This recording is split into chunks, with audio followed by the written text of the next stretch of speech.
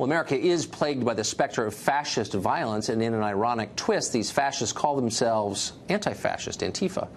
Whenever conservatives want to speak on campus or hold a rally, Antifa groups are a reliable presence, and they routinely try to stamp out speech using vigilante violence, which they perversely justify as a form of self-defense.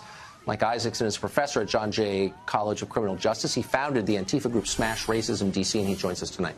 Professor, thanks for coming on. Hi, how you doing? Thank you for having me. So your position, tell me if I'm mischaracterizing this, is people you define as fascists do not have free speech rights. No. My position is that communities have the right to defend themselves against groups that actively seek to eliminate members of that community. Defend themselves against violence, or defend themselves against violence? I mean, we're talking about... No, but physical violence? So yes, if I say, for example... We're talking about a history, a group that has a history of enacting hate crimes. Yeah, no, we're not... Are we going to pretend like we're suddenly in this ahistorical world where Dylan Roof or Wade Michael Page doesn't exist, where Anders Breivik doesn't exist? Are you kidding me? No. Are you really a professor, by the way? What? So here's the question, though. Is it past statements that have espoused violence, or is it acts of violence? It's so both. could you? Okay, but I mean, we're talking about. Hold on. Let me just finish my question. Could you commit violence against me if you thought that I had a history of saying things that you imagined were violent? I would never commit violence against you. I actually, when I was younger, I was a libertarian, and I actually looked up to you when you were a libertarian. Okay, but let's take me out of this. Okay. Let's just, I want to know, like, the concept of self-defense is a legal concept, but it's also got, like, a long history and tradition in common law. So the idea is, if I'm hitting you, if I strike you physically, if I physically commit violence against you, you have a right to commit violence back in order to protect yourself or your property. Sure. But you're seeming to say that anybody who has espoused ideas that have at some point in history led to violence can be the subject of violence from you. You're not saying that. No, I'm not saying that. What I'm saying is that I believe it is the right for communities to get together to assess what is a threat to them and to defend themselves against that threat. So give me an example. Like, what public figure in America right now could be shut down, could have his free speech rights taken away, and could be the subject of violence under the standards you're describing? Well, I mean, for instance, I think that the framework here of talking about violence as opposed to talking about preserving the very freedoms that you and I both enjoy is a false one. I mean, ultimately, we're talking about a movement that actively advocates against all the fetters of democracy. I mean, we're talking about Richard Spencer, who publishes in altright.com, publishes an article on July 28th by a man named Vincent Law, where the headline was, "To protect free speech, get rid of democracy." So we really have to... You know what? Okay, so let's use that example. I disagree with that. I haven't seen the piece, but it doesn't sound like something I'd agree with. It's not. Does Richard Spencer have a right to speak in public? Richard Spencer is a danger to society. When he speaks in public, what he is doing, he is publicly recruiting people to his very violent movement, very violent ideology. So does he have a right to speak in public? I don't think he has a right to speak in public unopposed, and that is ultimately what the purpose of Antifa is to show up and oppose him. But it's not opposition. You shut people down, you prevent them from speaking, and you commit violence against them. Absolutely. I know a number of people, well, don't tell me it's untrue, I know people who have been knocked down and beaten by people from Antifa. So that is true. It does happen. We have it on tape. We just roll the tape. Right. So you're saying, is that justified? Yes. I believe that communities have the right to defend themselves against threats to their community. Against ideas they don't like. No, they have a right to commit violence. People who have explicitly said that they want to eliminate those people from our society. But you're conflating violence with ideas. No, if I have not raised my hand to strike you, you have no right to strike me. But in order to raise your hand to strike me, you have to think that you're going to strike me. And when you are going out in public as a protester, explicitly saying that you want to eliminate most of the people from this country, I believe most of the people in this country have the right to say, no, that's not okay. Okay, but you absolutely have a right to say it's not okay. What you don't have a right is to prevent me from saying what I think, even if you disagree, and you definitely don't have a right to commit violence against me. And you're blurring the lines there. And by the way, don't you work at a criminal... Yes, I'm in an economics department, yeah. It's hilarious. Okay, you don't have the right to do that. You have the right to make a counter case. Do you see the distinction that I'm making? Tucker, when I walked into this building, I counted 5 security guards at the front door and 2 police cars outside. Are you going to tell me that the violence that they would enact against someone who is looking to do you or any number of the people that work here harm, are you going to tell me that the violence that they enact to protect preemptively the staff that are protected also by the barricades that you have? I don't even know what you're talking. I'm honestly not following you. Are you Perhaps because I'm not a pretend that college you don't student. have security?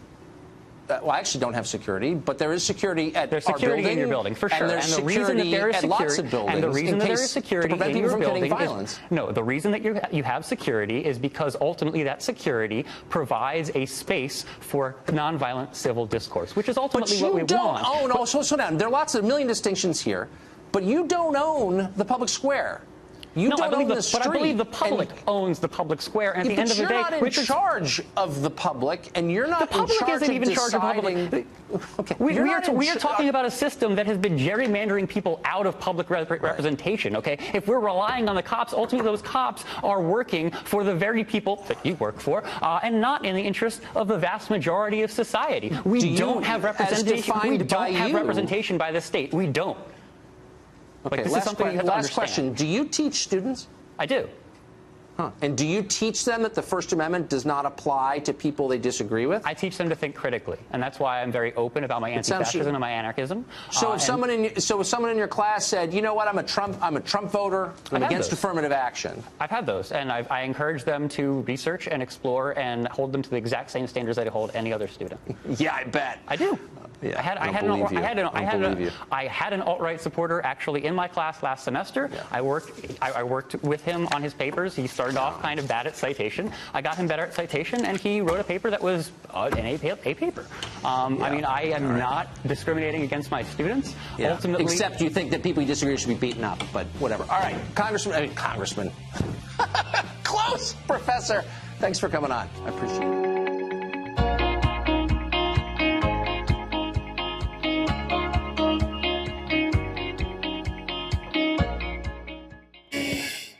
Well, the recent surge in anti-police rhetoric has been matched, maybe not surprisingly, with a corresponding surge in anti-police violence. That includes the recent death of NYPD officer Myosotis Famia, who was assassinated in a patrol car last week in the Bronx. None of it has been enough to mute liberals, some of whom at Salon.com, days after the shooting, ran a piece entitled, "America is Suffering from a Plague of Deadly and Unaccountable Racist Police Violence." The author of that piece, Celisa Calacal, joins us tonight. Celisa, thanks for coming on. Hi, Tucker. Thanks for having me.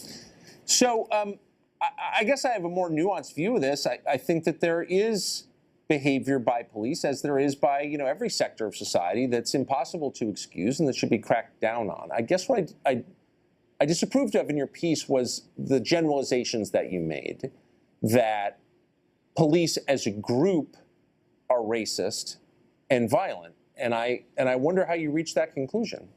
Well, in my piece, I never actually said that police are racist. What I talk about is police violence and the rate of police officers who kill civilians in recent years. If you look at the numbers, in 2015 and 2016, over 1,000 people have been shot and killed by police officers. Those numbers don't lie. And this year, over 500 people so far have been killed by police. So what I'm talking about is police violence that kills a lot of people. And a lot of those people are unarmed or they don't pose a threat to officers. And those are alarmingly high numbers. So in my piece, I never say that police are racist, but they can get violent very quickly, as we've seen in a lot of... Right. I mean, I don't want to, I don't want to contradict you because you seem sincere, but I don't know if you can see, we've got the headline of your piece up on the screen right next to you. It says, and I'm quoting, "America is suffering from a plague of deadly, unaccountable, and racist police violence." A plague of it. That seems like a generalization. Now, I would agree with you completely. Any shooting is too many shootings, but this is complicated stuff. And so to dismiss it, as your piece did, as racist without proving that seemed unfair and not really like journalism. Well, if you look at the demographics of the people that are killed by police, disproportionately, a number of them are Black and brown people. Black people are 3 times more likely to be killed by police than white people. And in a lot of cases, 69% of Black people that are shot and killed by police are actually unarmed or they didn't pose a violent threat. So in my piece, I show that police violence disproportionately affects the Black and brown communities more so than other communities. So okay, well, but they're also much higher. I mean, this is again a complex matter, and there are much higher crime rates in those communities for, who knows why, but there are, and so that may be a factor in this. But here are some numbers that I think show just how complicated this is. So there was a study a couple of years ago of about 2,700 police shootings between 2013 and 2015. And I'm quoting now, found that the odds of a Black suspect being killed by a Black officer were consistently greater than the odds of a Black suspect being killed by a white officer. That doesn't prove anything necessarily, but it does maybe show that racism isn't as simple in this context as you're making it sound. If a Black suspect's more likely to be shot by a Black cop, then what does that tell us about racism?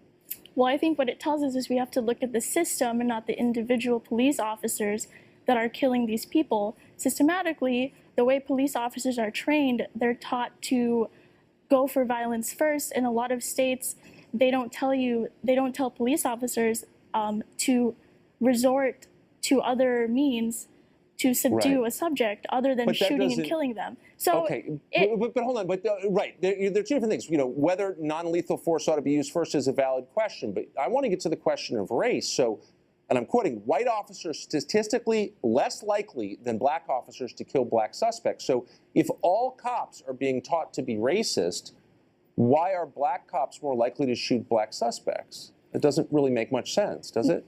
No, you're looking at it individually. It needs to be looked at as a systemic. Looking at the numbers. No, it's supposed to be.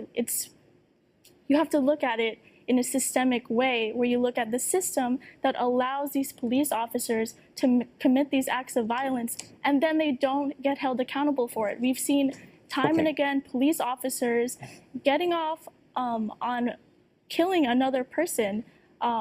Geronimo Yanez, who was shot and killed, Philando Castile, he was acquitted of all charges. I mean, again, I don't want to be mean, but you're maybe dodging the point a little bit. I think some of the issues that you're raising are valid issues. I don't want anybody to commit brutality against anybody else, and I mean it.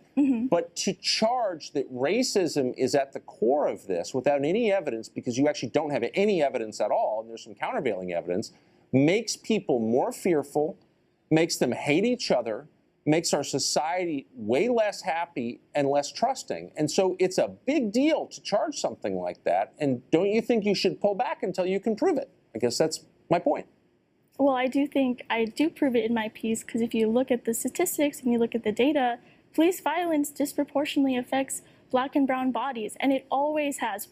Throughout history. Why are Black cops more likely to shoot Black suspects than white cops are? How does that fit into your neat little racism package? I don't get that. It doesn't make any sense. Well, as police officers, they're part of the police system in this country, that no matter what race you are, you still are taught the same tactics. But why are they more likely? I mean, it doesn't, look, again, I just want you to open your mind a little bit. This isn't college. And just look at the facts and then draw your conclusions from those. And sometimes, you reach a point where you're like, I'm not exactly sure what's going on, but it's not as simple as my professors told me it was. That's all I'm hoping that you'll conclude. Okay, well, I think you're missing a point a little bit about what I was trying to get at in my article, and about the seriousness of police violence and why we need to address it in a meaningful way. Okay, well, I'm with you in some ways on that. The race stuff is wrong. Celisa, thanks for joining us. I appreciate it. Thank you.